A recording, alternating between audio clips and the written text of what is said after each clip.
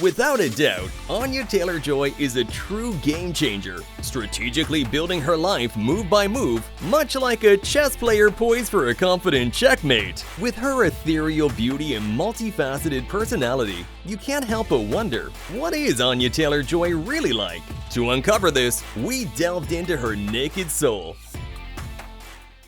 She is a Golden Globe winner, Trophy Chopard recipient, and breakthrough entertainer, celebrated as one of the emerging leaders shaping the future, and has made the 30 Under 30 list by outlets like The Hollywood Reporter, Forbes, and the Associated Press, among others. As a style icon and ambassador for Dior, Christian Dior, Gégé Lecoutre, Victor and Rolf, and Tiffany & Co., Anya has garnered numerous accolades at just 27, including a Screen Actors Guild Award and nominations for a BAFTA Film Award and a Primetime Emmy Award. It seems fate has indeed carved a successful path for her in the creative world. I think I knew I always wanted to be in acting specifically, but I always wanted to be an artist. If I weren't an actress or a performer, I would be a travel journalist, or I would work with animals.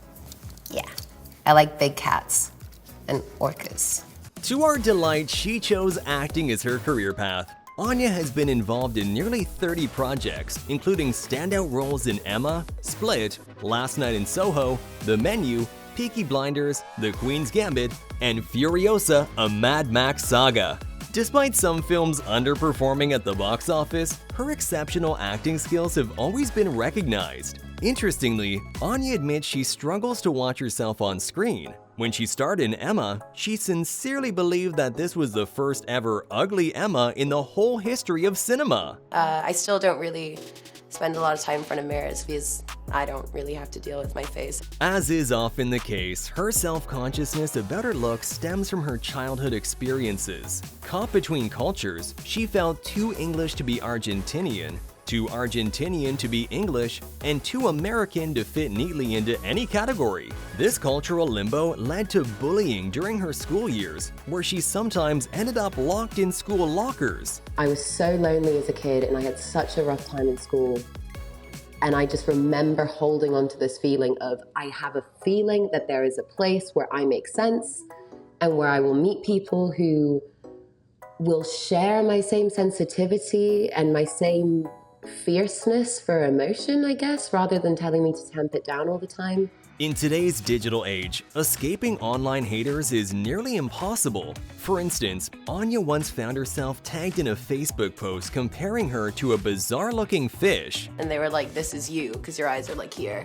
I was really upset about it. Anya credits her mom with giving her invaluable advice on how to handle detractors, a guidance she remains thankful for to this day, as it significantly helped her cope with adversity. I was very, very lucky with my parents because when I was bullied for my looks, my mom always said, you look at the inside of somebody. Well, that's how the decision to be herself and follow her goal of becoming an actress has been made. The pawn makes its move. Speaking of bold moves. Well, I'm first gonna preface this by saying that my actions were very stupid and I don't suggest that anybody does what I did. Picture this. At 16, Anya, in high heels, was walking her dog near a mall when she noticed a suspicious car tailing her. Gripping her dog tightly, she ran as fast as she could. And then this guy sticks his head out the window and goes, if you stop, you won't regret it. And I stopped. It sounds like the start of a classic horror film, right? Fortunately for the girl, this is a story of how she was discovered by the head of a modeling agency. That's how she started a career she never even dreamed of. Yet, acting remained her true passion. A memorable event at a Beach Boys concert further boosted her confidence. Astonished that a 14-year-old knew all their songs, the lead singer invited Anya on stage, handed her a guitar, and urged her to play. Without any guitar skills, she simply pretended, charming the crowd with her improvisation. So I air guitared like crazy. The solo was out of this world. Yeah, so you air guitared and you actually have a photo of you. Look at the face though. I'm doing nothing. When Anya decided to seriously pursue acting, she took a bold step by bringing the video from the concert to a talent agency to see if they could believe she was genuinely playing the guitar. And they're like, yeah, you're shredding it. I was like, acting. It might be easier to list what Anya hasn't done on the big screen. Her debut role as Thomasin in the horror film The Witch, where she joins a wild witch coven, is a standout. Incredibly, there's even an old family VHS clip on her Instagram showing her at 4 years old brewing a witch potion. I made a giant stew of plums that I served to my parents and all of their friends, and they ate it. It was not okay. Anya truly believes in magic and is fascinated by the idea of talking to snakes, convinced they hold untold secrets. At the age of 5, she really wanted her own incubator to raise ducklings and chickens, but her parents wouldn't allow her to have one. So yes, she's always been a bit quirky and mysterious, but charmingly so. In general, Anya selects her roles with a strategic precision of moving chess pieces, methodically advancing towards victory, unafraid of making sacrifices. This approach has even cemented her status as a fashion icon. Essentially, I love lying down in dirt. I don't know why, but people keep wanting to put me there, and I am happy to be there. Another example is her shift from being seen as merely a calm and composed actress to one deeply immersed in her roles. After reading The Queen's Gambit, the novel on which the series is based, Anya embraced the character of Beth Harmon so intensely that she burst into a meeting with the director, exclaiming before discussions even began, It's not about chess, and she has to have red hair. And he hired me, which is surprising because I looked crazy. She gets even crazier when she prepares for her roles. Anya creates unique playlists for her characters, considering them distinct entities, and develops their personalities to be markedly different from her own. She admits to feeling genuinely hurt when someone criticizes her characters, even when the critiques are valid. I make it a real point to make them walk differently, to have a different caliber of voice, to laugh differently, to cry differently. But in the case of portraying Beth Harmon, she gave herself away to the character so much, invested herself in this role so greatly, that the line between the character and the real Anya was completely erased. Once in a restaurant, she even heard someone say, "Look, she holds her face the way that Beth does it." I would wake up in the morning and go, oh, I feel awful. What is this feeling? And then realize, oh, it's her. These efforts proved fruitful. The role of Beth Harmon won Anya a Golden Globe, marking a significant breakthrough in her career and solidifying her status as a leading actress. Her distinctive, unconventional beauty also played a role in attracting directors. It was a definitive checkmate to the bullies who once compared her to a fish. Reading The Queen's Gambit and then going to meet the director and being exactly on the same page. Just from the beginning, we were making the same show. So yeah, I think that's my checkmate moment. If you believe this is the happy ending to Anya Taylor-Joy's story, think again.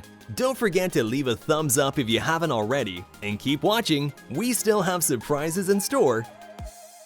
Behind the scenes, Anya's life is just as lively. Initiating a prank war with James McAvoy by exchanging silly photos? Effortless. Shedding tears on an airplane after a project concludes? That's quintessentially Anya. Occasionally, she even slips into her character's lines when speaking to people, discreetly brushing it off if noticed to avoid awkwardness. One of her sweetest moments involved pretending to be Elsa from Frozen for a director's 3-year-old daughter. She was like, can you do the magic? And I was like, you asked me to do that, I'm gonna do it. And I just saw her little eyes go, no, not the magic, not now, not now. Said enough! She thought I was gonna freeze the place. While directors give their advice on the acting methods to other actors, Anya receives guidelines made for her personally. Don't die? Seriously, Anya often is so immersed in acting that the potential dangers of the situation barely even reach her attention. The director offering this advice clearly understands her intense focus. I'm really scared of revolving doors. I get that. Terrified of being cut in half or being stuck in one. Guess what happened during the filming of the Peaky Blinders series? No, she wasn't literally cut in half, though you might think that for a second. The scene required her to burst through revolving doors, grab a person, and drag them back. However, things didn't go as planned. In the very first take, Anya got stuck right in those doors. My weird reaction to any kind of dangerous situation is that I giggle like a maniacal child, which is far more frightening for anybody that's around me because I'm completely lost in my feeling of joy, but other people feel like they're with like a devil gerbil.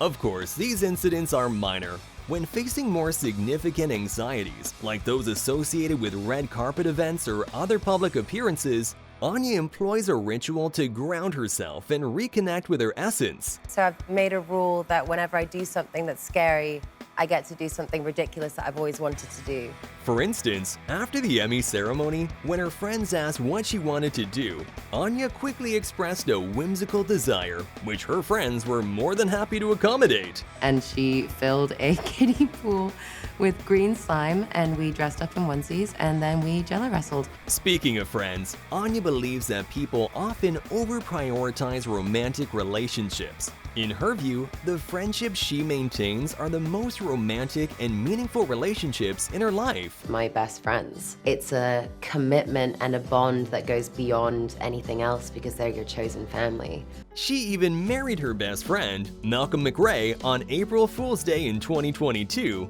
in total secrecy. She revealed that fact to the whole world only 2 years later. That's what the actress wrote on her Instagram, and posted, among other things, some photos of their wedding cakes in the shape of anatomically correct hearts. However, her first significant heartbreak came not from romance, but when she lost a cherished ring shaped like a lion's head. After longing for it and finally affording it, the ring, slightly too large, flew off her finger while she was dancing. And that broke my heart, so I had to go back and be like, I lost the ring.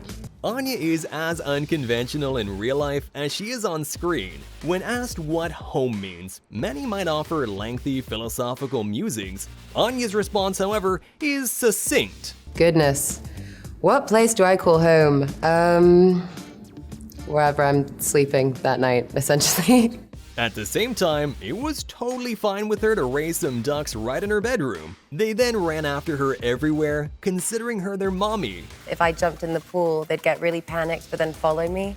Then I'd swim laps and they'd just follow me around.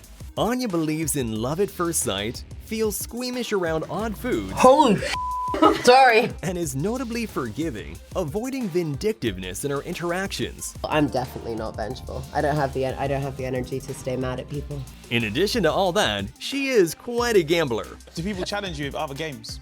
At other games? Yeah. Oh. Rock, paper, scissors right now. 1, 2, 3. Ha!